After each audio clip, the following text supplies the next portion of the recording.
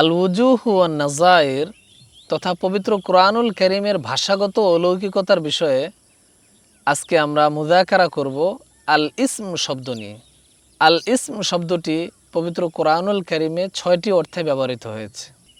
1, আল মুসাম্মা তথা স্বয়ং সত্তা, যেমন আল্লাহ তাআলা সূরা আর রহমানের ৭৮ নম্বর আয়াতে ইরশাদ করেছেন, তাবারাকাসমু রব্বিক, এই তাবারাকা রব্বুক, অর্থাৎ তোমার রব বরকতময়।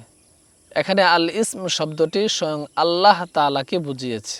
2, আত-তাওহীদ তথা একত্ববাদ, যেমন আল্লাহ তাআলা সূরা মুজাম্মিলের ৮ নং আয়াতে ইরশাদ করেন, ওয়াযকুর ইসমা রব্বিক, আই উযকুর তাওহীদা রব্বিক, তুমি তোমার রবের একত্ববাদ স্মরণ করো, অর্থাৎ তোমার রবের তাওহীদ স্মরণ করো।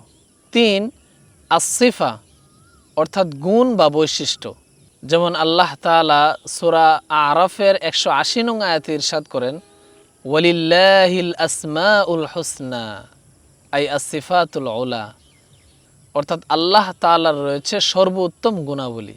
4, আত-তাসমিয়া তথা নাম উচ্চারণ বা নামকরণ করা, যেমন আল্লাহ তাআলা ইরশাদ করেন, ইয়া যাকারিয়া ইন্না নুবাশশিরুকা বিগুলামিন ইসমুহু ইয়াহইয়া, আই তাসমিয়াতুহু, অর্থাৎ হে জাকারিয়া, আমি তোমাকে একটি পুত্র সন্তানের সুসংবাদ দিচ্ছি যার নামকরণ করা হবে ইয়াহইয়া।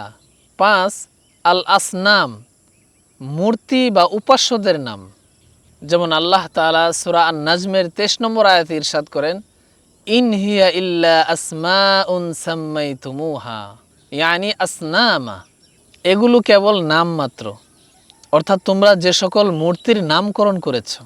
6, আল মাসাল উদাহরণ বা দৃষ্টান্ত, যেমন আল্লাহ তাআলা সূরা মরিয়মের 65 নম্বর আয়াতে ইরশাদ করেন, হাল তা'লামু লাহু সামিয়া, অর্থাৎ তুমি কি তার সমমান বা সমতুল্য কাউকে জানো।